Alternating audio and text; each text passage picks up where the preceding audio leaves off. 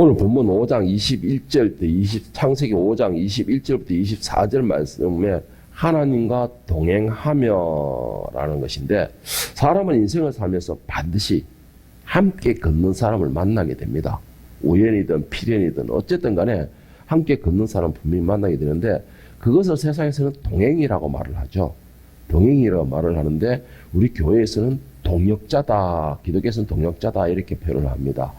그래서 제가 이렇게 신앙을 공부하고 목사 안수를 받으면서도 선배 목사님들이 함께 해주시는 말씀에서 가장 힘이 많이 뭐냐, 동역자를 찾아라 라고 하더라고요. 동역자를 찾아야 당신의 이 목회 생활에 힘이 될 것입니다 라고 말을 하더라는 것이죠. 그래서 이 동역자라는 것이 정말로 중요합니다. 이 동역자가 어떤 동역자를 만나느냐에 대해서 그 사람의 인생이 좌우될 정도로 아주 심각한 영향을 끼치기도 하기 때문에, 그래서 아주 중요한 것입니다. 함께 걷는다라는 것은 바로 같은 곳을 바라본다라는 것입니다. 그리고 같은 방향으로 걷고 있다라는 것이고, 같은 방향으로 걷는다는 것은 같은 목적지를 향하고 있다라는 것입니다. 그래서 이 동역자라는 것이 정말로 중요한 것이죠. 내가 가는 방향과 함께 걷는 사람의 방향이 서로가 다르게 되면은요, 분명히 누군가 갈라지게 되거나 싸우게 되거나 아니면은 내가 휩쓸리게 되는 그런 현상이 벌어지기 때문에, 그래서 함께 걷는 동역자라는 것은 정말로 중요합니다. 어떻게 보면 내 인생의 방향을 결정할 정도로 그 정도로 심각하면서도 중요한 사람이 바로 이 동역자다라는 것입니다. 때로는 이 동역자를 잘못 선택함으로 인해서 그 사람 인생 자체가 완전히 망가지고, 그리고 또 인생 자체가 완전히 멸망에 빠지는 사람도 엄청나게 많습니다. 그냥 많은 정도가 아니고 엄청나게 많습니다. 이 동역자를 잘못 만나고 해서. 이 정도로 이 동행이라는 존재는 아주 중요합니다. 그거는 인생의 동행이다. 일의 동행이 아니고 인생의 동행이다 할 때는 더 심각한 문제를 발생할 수도 있는 것입니다. 그렇기에 우리 나그네 인생을 살면서 어떻게 보면 가장 중요한 선택이라고 할 수 있는, 있으면 우리의 길이 결정될 수도 있는 아주 중요한 것이 바로 동역자를 선택하는 것입니다. 이 성경에는 많은 이 사람들이 동행을 하면서 동행하는 사람을 만나고 또 동역자와 함께 인생을 걸어가는 사람들이 나오고 있습니다. 그 많은 동행들 가운데서 어떤 사람은 동행자를 잘못 선택하여서 그의 인생이 완전히 망가져서 버림받는 사람이 있는가 하면은, 또 어떤 사람은 동행자를 잘 선택하여서 그의 인생이 완전히 바뀌어 새로운 역사가 세워지는 그런 사람들도 있습니다. 예를 든다면은 이방인인 이 룻 같은 경우는 보세요. 그가 이방인이 아닌 이스라엘 이스라엘 사람인 나오미를 선택하고, 자기 고향 사람을 선택하고 나오미를 선택해서 유다를 갔을 때에 그의 인생은 완전히 바뀌게 됩니다. 어떻게 바뀝니까? 예수님의 족보에 다윗의 외할머니, 정조 할머니가 되게 된다는 것이죠. 그렇처럼 인생의 동역자를 누구를 선택하느냐에 따라서 그 사람의 인생이 완전히 뒤바뀌게 되는데, 그 반대의 경우의 사람이 너무나 많죠. 그 반대의 경우 사람도. 예를 든다면은 성경의 가장 악한 왕의 대표적인 인물을 들어가면 아합을 들 수가 있습니다. 이 아합은 성경에 가보면은 엘리야의 말을 좀 두려워한 사람이었습니다. 엘리야가 하나님 말씀을 전하면은 그 말씀을 마음에 좀 찔림을 받기도 하고, 그 사람은 그런 사람이었는데, 왜 가장 악한 왕으로 대표를 하게 되느냐?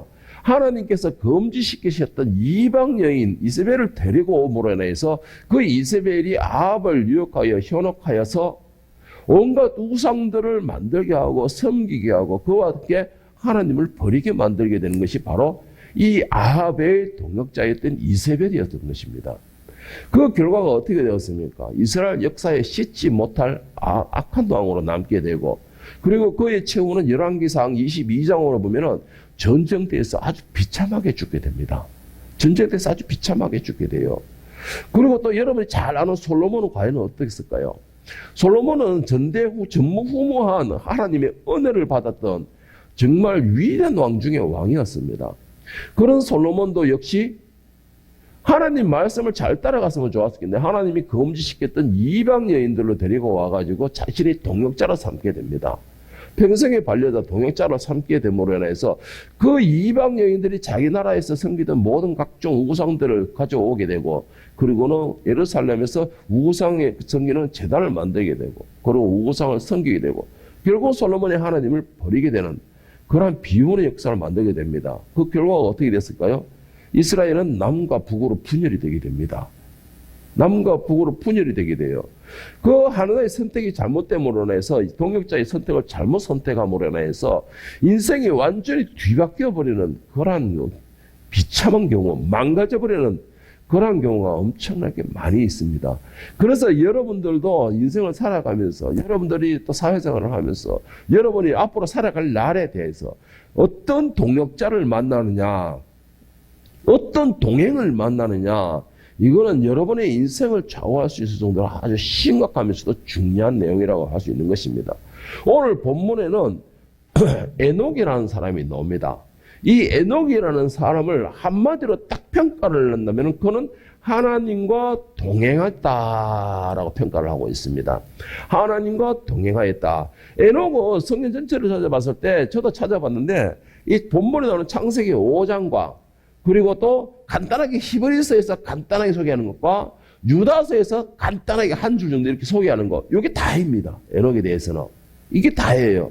그런데 이 간단하게 소개되는 이 에녹의 삶의 자체에 대해서는 창세기 5장 오늘 22절과 24절에서 에녹을 소개하는데, 이 간단한 구절에서 에녹의 모든 것을 정말 완벽하게 소개했다라고 해도 과언이 아닐 정도로 에녹의 삶 전체를 완벽하게 소개를 하고 있습니다. 먼저 오늘 본문에서 창세기 5장 22절을 보면은 무드셀라를 낳은 후 300년을 하나님과 동행하며 자녀를 낳았으며 하였습니다. 그리고 또 한 가지 24절에 보면 똑같은 말인데, 에녹이 하나님과 동행하더니라고 했습니다. 에녹의 삶은 그 당시의 사람으로 볼 때는 아주 짧은 인생이죠. 어린 아이의 인생밖에 되지 않는 365년이라는 세월밖에 되지 않습니다. 그래서 에녹이 365년을 살면서, 그것도 역시 많은 365년의 생을 살면서 많은 사람들을 만났을 것이고, 그의 인생에서 험한 길도 만났을 것이고, 또한 정말 중요한 갈림길도 만났을 것입니다. 그런데도 창세기에서 에녹을 소개하기는 그는 하나님과 동행하였다라고 소개하고 있어요. 에녹의 삶이나 지금 우리의 삶이나 똑같다라는 것이죠. 인생에 가는 거는 많은 갈림길을 만나게 되고, 사람들도 많이 만나게 되고, 그와 함께 대적들도 만나게 되고, 대적은 분명히 우리가 더 많은 대적을 만났을 거예요. 그 이유가 뭐냐? 에녹이 죽고 얼마 후에 노아가 되고, 노아에서 심판이 일어나거든. 하나님이 이 땅에 사람을 창조하신 것을 한탄하셨더라 할 정도로 죄가 만연한 시대였기 때문에. 그래서 에녹은 우리보다 더 많은 갈등에 부딪혔을 것이고, 또 하나님을 버릴 수 있는 그러한 더 많은 유혹에도 부딪혔을 것입니다. 그런데 에녹의 삶은 하나님과 동행하였더라라고 되어 있습니다. 여기서 말하고 있는 동행이라는 것은 단어로 이 히브리어는 하라크라는 뜻입니다. 하라크라는 뜻인데 그 의미는 걷다, 무엇을 따라서, 연습하다, 따르다, 함께 가다, 그런 의미가 있습니다. 이것을 볼 때 에녹이 어떤 삶을 살았는지를 잘 알 수가 있는데, 자, 에녹은 한마디로 그는 365년의 삶을 살면서 오직 하나님과 함께 걸었으며, 오직 하나님의 뒤를 따르려고 최선을 다해 노력하였다라는 것입니다. 이 말은. 자, 하라크의 뜻이 걷다, 무엇을 따라서, 연습하다, 또 따르다, 함께 가다. 여러분, 이 말의 의미, 이 하라크의 의미는 한 가지, 한 종류의 의미를 가지고 있습니다. 한 종류의 의미. 뭐냐면은 내가 앞서가는 게 아니고 뭘 따라갔다라는 것입니다. 뭘 따라갔다. 때로는 흉내를 내다. 때로는 그 사람의 그러니까 그 어떤 형태에 대해서 죽으라고 연습을 했다. 이런 의미 됩니다. 그러니까 내가 중심이 아니라는 것이죠. 하라크라는 뜻은. 이 에녹의 이 삶 자체가 동행, 그 동행, 누구와 동행하느냐, 그 삶을 나타내고 있는데, 이 에녹은 사람을 동행으로 삼지를 않았다라는 것이에요. 이 신약에서 바울은 에녹에 대해서 어떻게 소개를 하거든요. 신약에서 이 바울 사도도 에녹에 대해서 딱 한 구절, 히브리서 11장 5절에서만 딱 소개를 하고 있는데, 이 바울이 히브리서 11장 5절에서 에녹을 소개하기를 어떻게 소개했느냐? 믿음으로 에녹은 죽음을 보지 않고 옮겨졌으니 하나님이 그를 옮기심으로 다시 보이지 아니하였느니라. 그는 옮겨지기 전에 하나님을 기쁘시게 하는 자라 하는 증거를 받았느니라. 자, 바울 사도는 에녹을 소개하기를 어떻게 소개를 하고 있냐? 에녹에 대해서 하나님을 기쁘시게 하는 자라라고 했습니다. 하나님을 기쁘시게 하는 자라. 자, 여러분들은 하나님을 기쁘시게 해드리기 원합니까? 하나님이 여러분이 하나님을 보고서 기뻐하기를 원합니까? 우리나라 말이요, 참 묘한 말입니다. 참 묘한 말이에요, 우리나라 말이. 이 잘 생각해야 돼. 잘못해 보면 주종관이 바뀌어버립니다, 이게. 그런데 에녹은, 바울 사도가 에녹을 소개하기를 하나님을 기쁘시게 하는 자다라고 했습니다. 여기서 기쁘시게라는 말의 헬라어는 유아페스테로라는 것입니다. 유아페스테오라는 뜻인데, 이게 뭐냐면 완전히 만족시키다. 그리고 또 매우 기뻐하다라는 뜻입니다. 그러니까 이 바울은 에녹을 소개하기를 에녹은 하나님을 완전히 만족을 시켰다라는 것이고 하나님을 매우 기쁘시게 했다라고 했다. 에녹의 삶 자체가.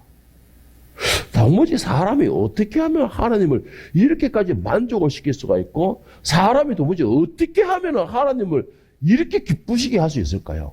여러분 그거 한번 생각을 해봤습니까? 저는 이 에녹을 딱 보면서 어떻게 하면 저렇게 할 수 있을까?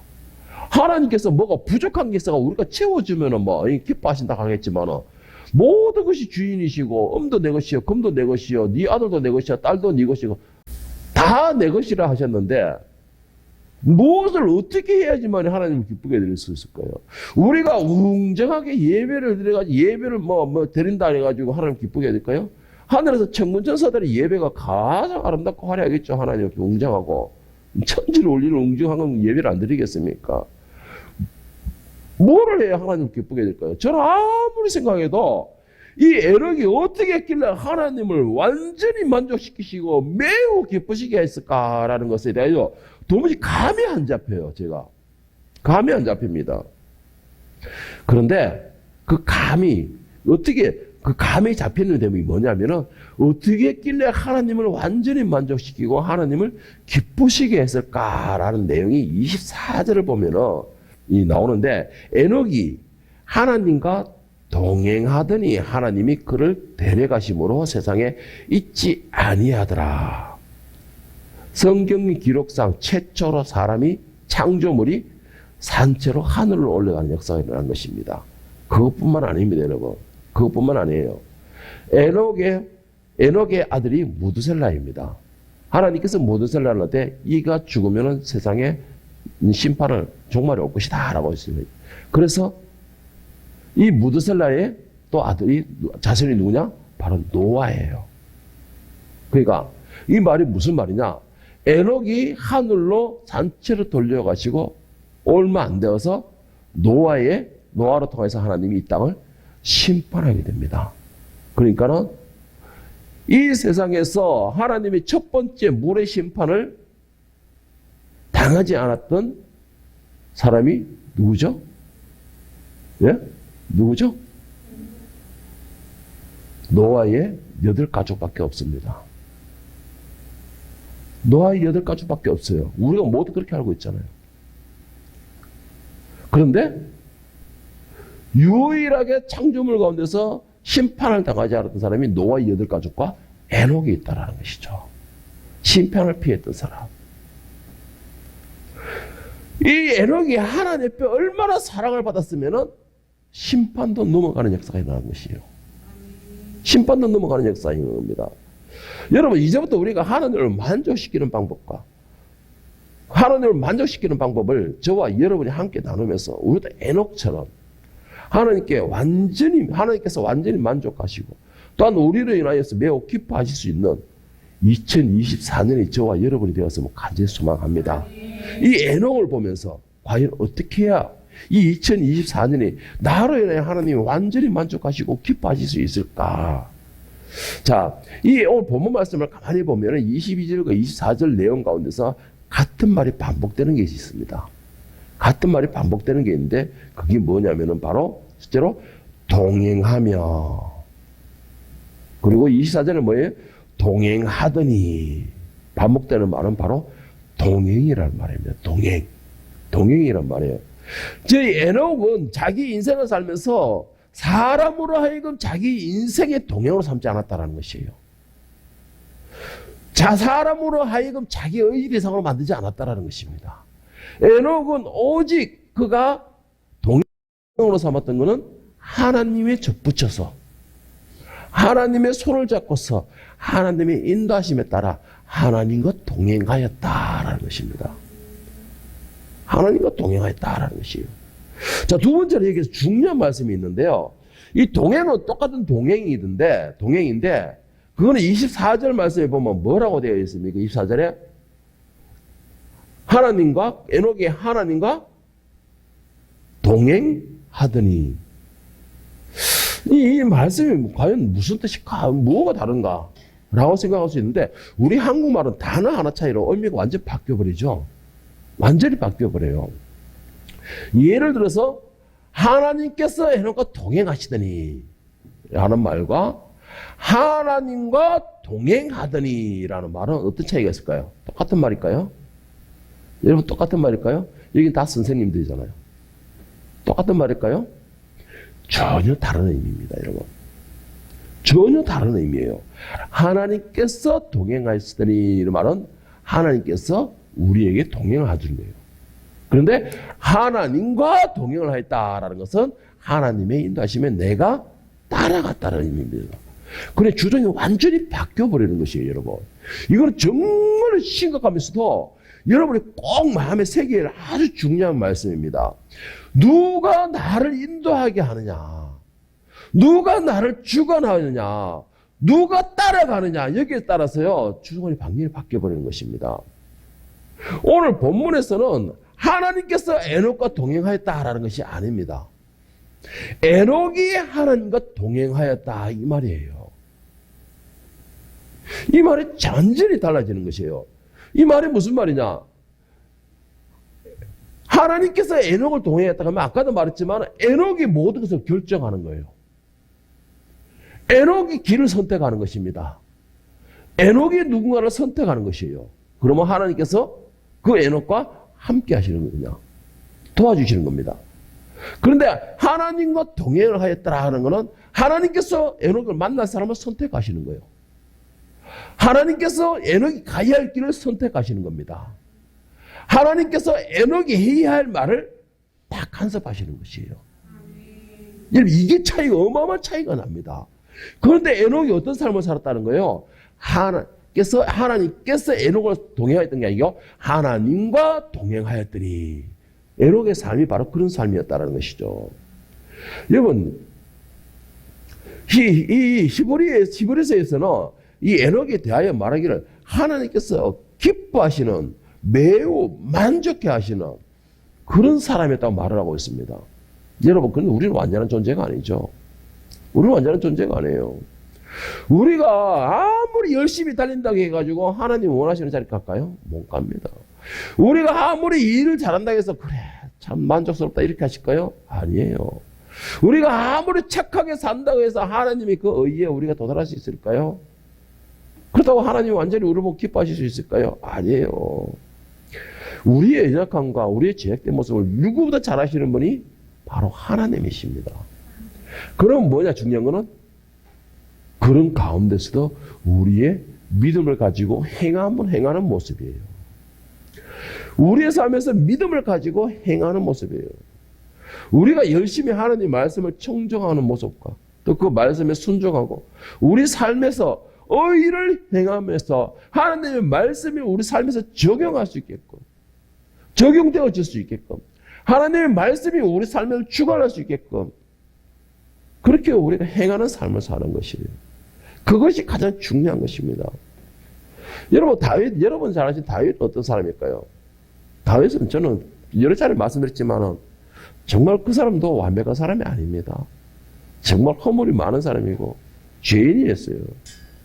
그런데 그가 하나님 앞에 큰 은혜를 받고 하나님의 인정을 받았으며 또 하나님의 복을 받을 수 있었던 이유는 뭘까요? 여러분 뭐라 생각하십니까? 다윗은 죄인이었지만은 그리고 허물도 많은 사람이었지만은 그는 우리와 다른 큰 다른 것이 있었습니다. 뭐냐면은 하나님의 말씀에 귀를 기울일 줄 알았다는 것이에요. 그 사람은 하나님 말씀을 듣는 귀를 가졌다는 것이에요. 그리고 또 한 가지 그 말씀에 대해서는 절대적인 순종하는 모습을 가졌어요. 그 사람은 모든 일을 하나님께 물어보고 오직 하나님의 뜻에 따라 살려고 노력했던 최선을 다했던 사람이 바로 다윗이었습니다. 하나님께 절대적으로 붙들림을 받을 수 있었던 이유는 바로 그것이었어요. 우리와 해서 우리보다 위대한 왕이기 때문에 이게 아니에요. 다윗도 많은 죄를 지은 사람이에요. 다윗 때문에 백성들이 얼마나 많이 죽었습니까? 다윗 때문에. 그런데도 그가 하나님 앞에서 절대적인 사랑을 받을 수 있었던 거 바로 말씀을 듣고 그 말씀에 순종하고 오직 하나님 말씀에 따라가려고 하는 삶 그것 때문에 하나님께 인정받아 주셨던 거예요.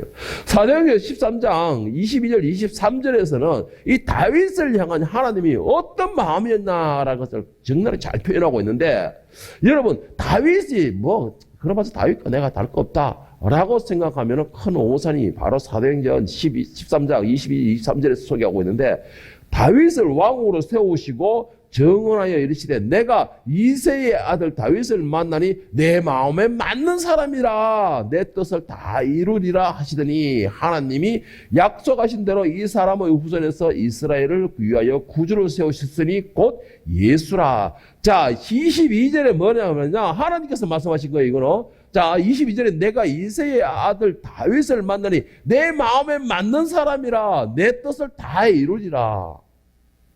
다윗이 하나님 앞에 붙들림 받고 하나님 앞에 절대적인 은혜를 누릴 수 있었던 게 뭐냐? 하나님 마음에 맞는 사람이었다는 것이에요. 그리고 그 뒤에 내 뜻을 다 이루리라. 내 뜻을 다 이루리라. 하나님의 뜻을 이루려면 어떻게 될까요? 하나님께서 여러분과 동행하여 하나님의 뜻을 다 이룰까요? 아니에요, 여러분. 그게 내가 하나님과 동행하여야지만이 하나님의 뜻을 다 이룰 수 있는 것이에요. 아까 그랬잖아요. 하나님께서 나를 동행하면 내가 모든 걸 설정하고 하나님이 나를 따라오는 것이죠. 그런데 하나님과 동행하게 되면 하나님께서 모든 걸 설정하시고 모든 뜻을 세우시고 모든 계획을 세우시고 나는 따라가는 거예요. 다윗의 차이점이 이건 거예요. 내 마음에 맞는 사람이다. 그 이유가 뭐냐? 내 뜻을 다 이루리라. 그 방법은 내가 하나님과 동행하는 것이에요. 하나님께서 나와 동행하는 것이 아니고 여러분 이거 정말 여러분 마음이 깊이 새겨야 됩니다. 우리가 기도할 때 그러죠. 하나님 도와주시옵소서. 뭔 도와드는 거예요? 내가 계획을 이래 세웠으니까 원래 계획을 내가 이래 했으니까 나를 도와주십시오. 안 되면 나 그냥 탁 튕기라 갑니다. 이건 내 계획이죠. 내 계획이죠. 여러분 하나님과 동행한다는 것은 나의 모든 인생 결정을 하나님께 드린다는 말입니다.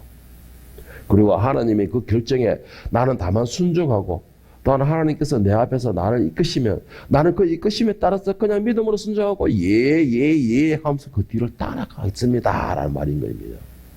따라가겠습니다 라는 말이에요. 그것이 바로 하나님과 동행이라는 뜻입니다.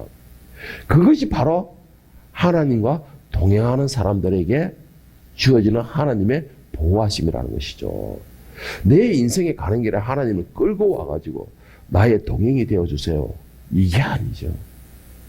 내가 오늘 2024년 연말에 내가 2024년 신년에 옳은 이런 계획을 세웠으니 하나님 결제해 주십시오. 이게 아니죠. 이게 아니죠. 하나님 2024년에 나의 삶을 어떤 삶이 되기를 원하십니까? 하나님의 뜻을 내가 깨닫게 해주시고 내가 그 뜻에 따라 들어가서 순종하게 해주시옵소서. 사도행전 13장에서 다윗에게 말한 거 그거잖아요. 내 마음에 맞는 사람이라 그는 내 뜻을 다 이루리라. 여러분, 우리가 이 땅에 있는 것은 하나님의 뜻을 이루기 위하여서 있어야 돼요. 그래야지만 하나님이 기뻐하는 사람이 된다는 것이죠. 내 뜻을 이루는 것이 아니고 하나님의 뜻을 이루기 위하여서. 우리는 그냥 예수님의 손만 절절절 잡고 쫓아가는 것이에요. 어린아이처럼. 내가 예수님을 끌고 가는 것이 아니고, 우리가 아무리 예수님 손을 꽉 붙들고서 옷자락을 잡고서 질질질질 쫓아간다고 해서 예수님 절대 우리를 싫어하지 않으세요. 귀찮다 하지 않는다는 것이죠. 다만 우리가 오히려 그걸 잡고 오면 더 이뻐하시고, 혹시나 걸음이 빨라가지고 너 넘어질까, 혹시나 너 먼 산 본다 해가지고 놓치지 않을까, 오히려 더 꽉 붙들고 계시는 분이 예수님이라는 것이죠. 어떻게 할 때에? 내가 예수님 붙잡고 있을 때에. 잠언서 16장 1절에 3절을 보면은 마음의 경영은 사람에게서도 말의 응답은 여호와께로부터 나오느니라. 사람의 행위가 자기 보기에는 모두 깨끗하여도 여호와는 심령을 감찰하시느니라. 너의 행사를 여호와께 맡기라. 그러면 내가 경영하는 것이 이루어지리라. 내가 선두에 서는 것이 아니고 하나님께서 내 선두에 서시는 것입니다. 여러분, 제발 꼭 명심하시기 바랍니다. 내가 주도를 하는 것이 아니고 하나님께서 주도를 하시는 것이에요. 내가 방향키를 잡고서 내가 운전을 하는 것이 아니고 방향키는 하나님이 잡고 계시는 것이에요. 그러면 나는 배 안에서 태풍이 불든지 파도가 치든지 예수님이 고물에서 주무시듯이 우리는 평안을 누리기만 돼요. 왜?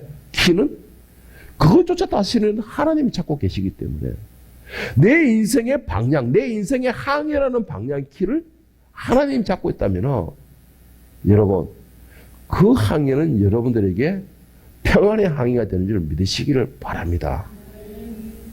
여러분이 2024년이 형통하기를 원하십니까? 그렇다면 하나님의 손을 꽉 붙들고 하나님과 동행하시기를 바랍니다. 여러분이 2024년이 기쁨이 넘치기를 원하십니까? 그렇다면 하나님의 말씀을 꽉 붙들고 그 말씀과 동행하시기를 축복합니다. 여러분의 2024년이 모두에게 사랑받는 한 해가 되기를 원하십니까? 그렇다면 내가 주인이 아니고 하나님께서 내 인생의 주인으로서 하나님의 나의 동행이 아닌 내가 하나님의 뜻하심에 따라 동행으로 따라 붙기를 간절히 축원합니다. 이런 사람들이 오늘 2024년의 모든 주도권은 하나님께 드리는 것이에요. 그리고 나는 하나님의 그 인도하심에 따라 내가 접붙여져서 동행하게 되는 것입니다. 에녹의 삶이 바로 이런 삶이었어요. 에녹의 삶이 그런 삶이었어요. 여러분, 어린아이가 밖에 나갈 때에 절대 혼자 나가지 않습니다. 엄마 손을 꽉 붙들고 절대 놓치지 않죠. 특히 내가 모르는 길을 갈 때는 더 강하게 붙들고 있는 것이 바로 어린아이의 힘이에요. 왜 그럴까요? 그것은 내가 엄마의 손을 놓침으로 인해서 혹시 길을 잃지 않을까? 혹시 내가 엄마의 손을 놓침으로 인해서 내가 뭔가 방황하지 않을까? 두려움 때문이에요. 그렇다고 해서 아이가 엄마 손을 꽉 붙들고 있다 해가지고 야, 아빠 저리 가, 귀찮아, 이렇게 합니까? 아니에요. 아이의 손을 꽉 붙들어서 그 엄마는 더 기쁨과 더 만족스럽과 더 예뻐야 하는 겁니다. 그 아이가. 그렇기 때문에 우리 예수님도 똑같은 것입니다, 여러분. 우리 예수님도 내가 하나님의 손을 꽉 붙들고 붙들수록 하나님은 더 기뻐하시는 것이에요. 어린 아이가 엄마 손을 붙잡고 간다 해서 그 엄마를 이끄는 사람이 아이예요? 아니에요. 아닙니다. 어린 아이가 내가 저기 갖고 싶어서 엄마를 막 끌고 저기 갖고 싶다 해가지고 엄마가 질질 끌려간 데서 그 엄마를 이끄는 사람이 아이예요? 아니에요. 가고 안 가고는 결정은 엄마가 하는 것입니다. 그런데 따라가주는 건 뭐예요? 어린 아이가 이쁘니까. 내 아이가 이쁘니까 따라가서 해주는 것이에요. 그러고 나면 다시 길을 오죠. 길을 가게 되죠. 이게 바로 인도 엄마의 엄마의 방법인 것이에요. 여러분, 하나님께서 내가 때로는 하나님 손을 꽉 붙들고 하나님 저거 갖고 싶어요 한다 해서 하나님이 안 돼가 딱 내리치는 분은 아니에요. 그게 우리 부모님 마음은 아니라는 것이죠. 때로는 내가 막 이끌면은 따라도 와주세요. 그러나 하나님이 그것을 따라와 줄 때는 내가 하나님을 이겼기 때문에 따라가 주는 게 아니에요. 엄마가 아이를 사랑하는 마음에 따라가 주는 듯이 하나님께서 나를 사랑하는 마음에 잠시국을 가주는 것입니다. 그런데 우리는 그 착각을 하고 있어요. 내가 하나님을 도움을 받는 것. 내가 하나님이 나의 동행인 것처럼, 하나님이 나의 동행인 것처럼 착각을 하는 것이에요. 여러분, 그런 착각하는 순간에 내가 하나님의 손을 놓치게 된다는 것입니다. 그러려면은 그 동행의 길을 잊어버리게 되는 것이에요. 여러분, 2024년에는 하나님의 손을 꽉 붙들기를 바랍니다. 그렇다면 여러분의 2024년은 모두에게 환영받는 한 해가 되리라고 저는 믿습니다. 왜? 하나님은 우리의 아버지십니다. 그 자녀가 모든 사람에게 사랑받고 모든 사람에게 인정받고 모든 사람에게 존경받는 걸 원하시기 때문에, 그렇기 때문에 여러분들이 하나님의 손을 꽉 붙들고 하나님과 동행하게 된다면, 하나님은 여러분들에게 더 멋진 곳으로 인도하실 것이고 더 평탄의 길로 인도하실 것입니다. 때로는 내가 하나님의 손을 잡고 있다 해가지고 비바람이 전혀 없다 생각하지 마세요. 때로는 비바람도 있을 것입니다. 때로는 힘든 경우도 있을 것이에요. 다만 하나님의 손을 꽉 붙들고 있다면 그 하나님께서 나의 힘이 되시고 방패가 되어주신다는 것이죠. 그것이 큰 차이점이 있는 것이에요. 내가 앞서가면 내가 다 맞아야 되지만 하나님이 앞서가면 나는 그 뒤에 숨어만 있으면 되는 것입니다. 이렇게 2024년은 하나님과 동행함으로 여러분의 2024년이 형통하고 사랑받고 존경받는 그런 희망과 기쁨이 넘치는 멋진 2024년이 되기를 예수님의 이름으로 간절히 축원합니다.